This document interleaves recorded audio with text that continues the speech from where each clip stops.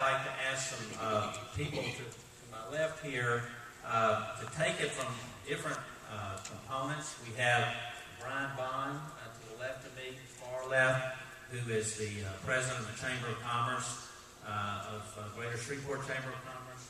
Booker White, who is the president of the African American Chamber of Commerce. And Darren Jackson, what's your title at Southern? Special Assistant to the Chancellor at Southern, to bring some words to us from an educational viewpoint.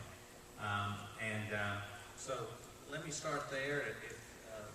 Start with you, Brian, and move down the way. Okay. I hope you guys can hear me. I want to thank each of you for coming out tonight. The Greater Shreveport Chamber of Commerce has been involved with this initiative since its inception, and it's really a privilege to partner with the area universities, with the area government, both city and parish, as well as our fellow chambers, to try to do what we can to promote higher education and weather the storm over what's coming up and what we know we're going to have to deal with in the upcoming session. It's important to the chamber for a variety of reasons.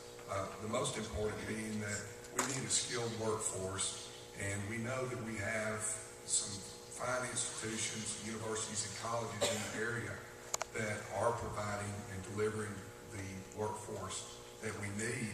But with that said, we have to be open to more innovative ways to provide those services so that we're able to provide it efficiently, and we don't want to have a whole lot of duplication in programs because that's not benefiting anyone.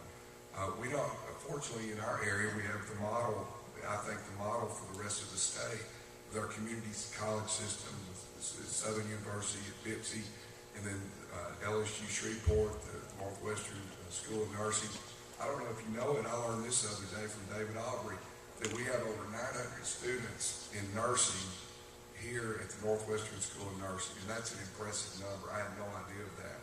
But we're going to need to make sure with all of the initiatives such as Cyber Innovation Center, what's going on in the film industry, digital media, and other aspects, the medical center, that we do what we can to try to make sure that we preserve the programs that are essential to feed into the skilled workforce. And it's a privilege to be a part of it. Thank you. All right, I'll just say good evening to everyone here tonight, and I thank you all for coming out. First of all, I want to thank Bishop Larry L. Brandon for hosting this event at this great facility on tonight, and also thank our leader of SDI, Dr. Philip Roseman, for truly going over, above, and beyond, as he always does, in helping to make sure that the people, that all people within our region has the resources and the access that they need to benefit and to have a better quality of life.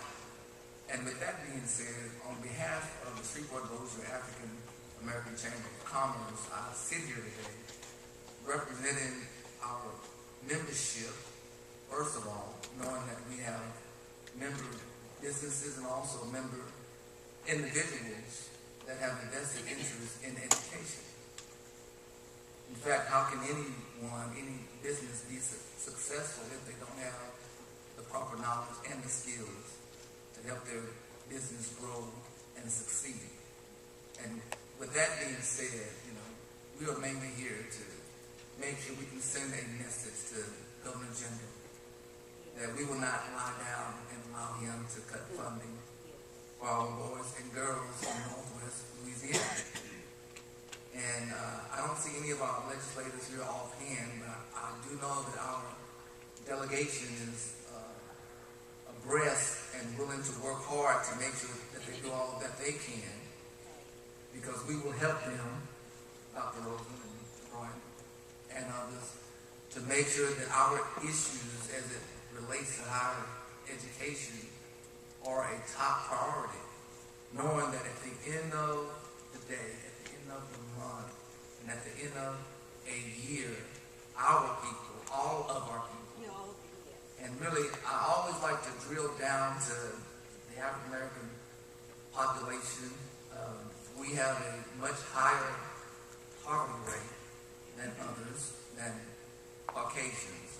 And I'd like to publicly state that, in fact, even on the Chamber's letterhead, we constantly help to keep it top of mind that we are the ones that are truly lacking in our wealth.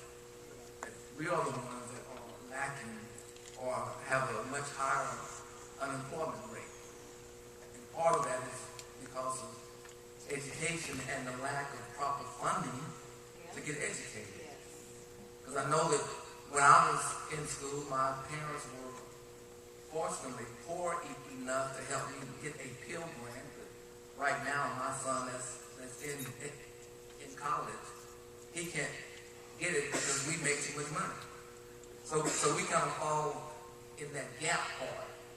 So what we need to make sure that we do is make sure that families, even middle class families, but especially those that are less fortunate, have the proper support, bringing dollars and cents, to help them get their higher education needs fulfilled, knowing that over their lifetime, that based on their educational level, that they will be able to attain a greater amount of money in terms of building wealth for their family and for their future generations to come. So I'll just stop there and just let everyone know that's in this place today that we at the Shreveport-Bossier African American Chamber are on board to make sure that not just our chamber's voice is heard, but joining everyone else to make sure that the voices in this region are heard in a collective manner so that the voice will be loud enough to make something happen. Thank you. Thank you, and let me say good evening to you, and thank you to Mr. Brandon and Praise Temple Church and to SB Imperative for hosting us tonight.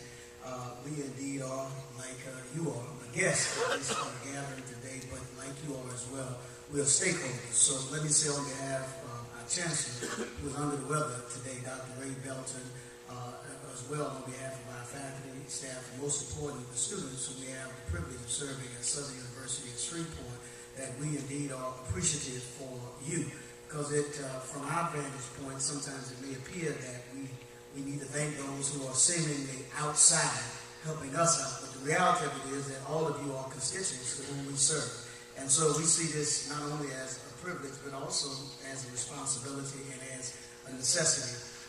There was a time, and I saw Dr. Marcelo sitting over to my left. I can't see him with this here, but I saw him come in, and that was a time in Shreveport and Bossier that all of us can talk about if we were honest about it, where we had the luxury of being parochial, where some could care about LSU Health Science Center, some solely cared about LSUS, some just cared about Southern University in Shreveport, some said Bossier Parish is across the river, and out of sight, out of mind.